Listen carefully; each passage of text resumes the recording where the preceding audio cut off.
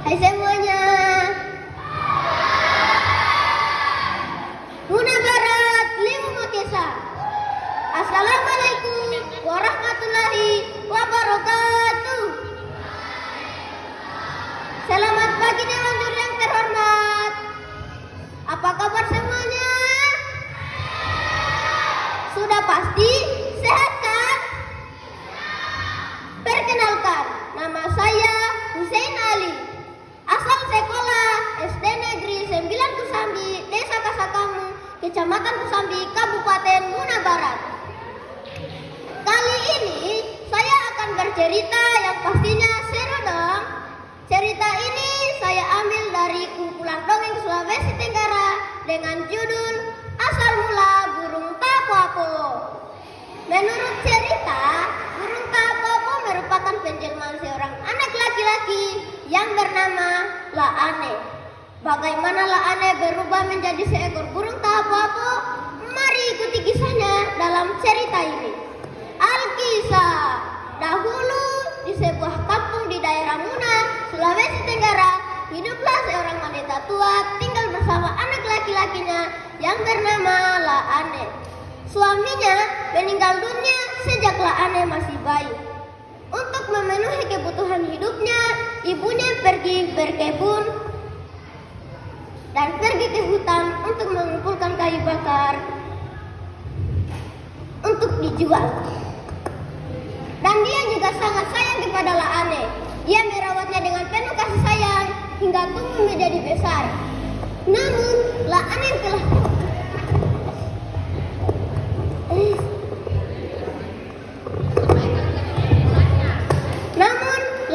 telah tumbuh menjadi dewasa tidak pernah membantu ibunya bekerja.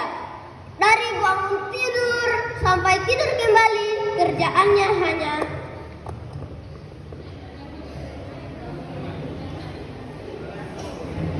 hanya sibuk bermain gasing. Suatu ketika, ibunya Laane pergi ke hutan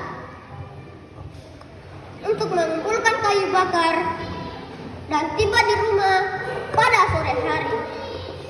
Namun sebelum meninggalkan rumah, dia selalu berpesan kepada Laane sambil berkata, "Hai mo limpu, ome haro, ome laoe, be omotofa." Setelah dia pergi, Laane selalu meninggalkan rumah untuk bermain dengan teman-temannya. Dia pulang pada sore hari untuk makan. Itulah yang selalu dilakukan setiap hari oleh Laane. Suatu ketika, ibunya Laane tidak tahan lagi. Dia sangat marah. Dia ingin memberinya pelajaran. Kemudian, dia mengambil gasing serta talinya dan memotongnya menjadi beberapa bagian.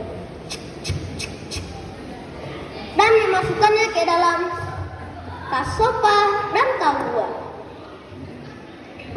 Teman-teman, kalian mau tahu itu kasopa?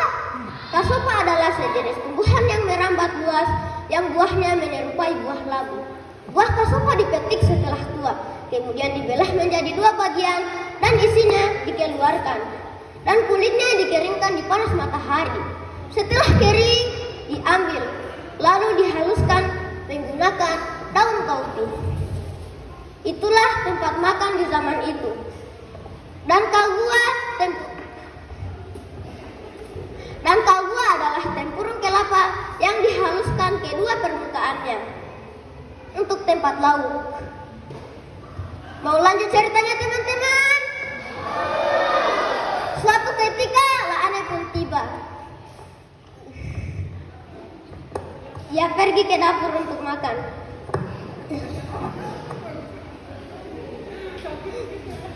Dia sangat terkejut. Dia tidak menemukan makanan, malah menemukan potongan gasing serta talinya yang telah dipotong oleh ibunya. Dia pun berpikir ibunya tidak mencintainya lagi. Akhirnya dia pergi keluar dan memanjat pohon. Dan berkata, "Ina, mina mau masihkan augara. Nafa mina makan wafuma. Alepai mau masihkan au. Kembali mana no dia. Horo-horo telani au mau pakai no sau." Tepat hebatnya, setelah mengucapkan itu, tumbuh beberapa buah di tubuh Laane. dan Laane benar-benar menjadi seekor burung. Suatu ketika ibunya pun tiba. Dia mencari-cari Laane sambil manggil-manggil namanya. Ane, Maiko, untuk kala lamu itu sulimu. Dari atas pohon, Laane berkata, entah apa, entah apa. Ibunya mengenali suaranya Laane. Ane, itu Ane. Laane hanya berkata, entah apa. Kemudian ibunya menghadap ke atas. Ane, ibunya menghadap ke atas. Ane, itu Ane. Ya Tuhan, apa yang terjadi padamu? Laane hanya berkata, entah apa. Kemudian dia terbang dari dahan ke dahan yang lain sambil berkata, entah apa. Kamu sekua huleku, kadadakwa baweku. Lalu ibunya berkata, sampungane modal 9,2 kubube. Namun, Laane terbang semakin tinggi dan ibunya menyesali hal itu. Tapi sudah terlambat, anaknya sudah benar-benar menjadi seekor burung.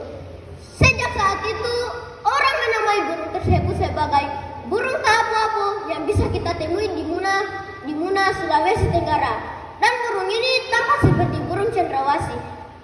Pesan moral yang saya ambil dari cerita ini: mengabaikan tanggung jawab dan tidak menaati orang tua dapat mengakibatkan konsekuensi yang tidak terduga.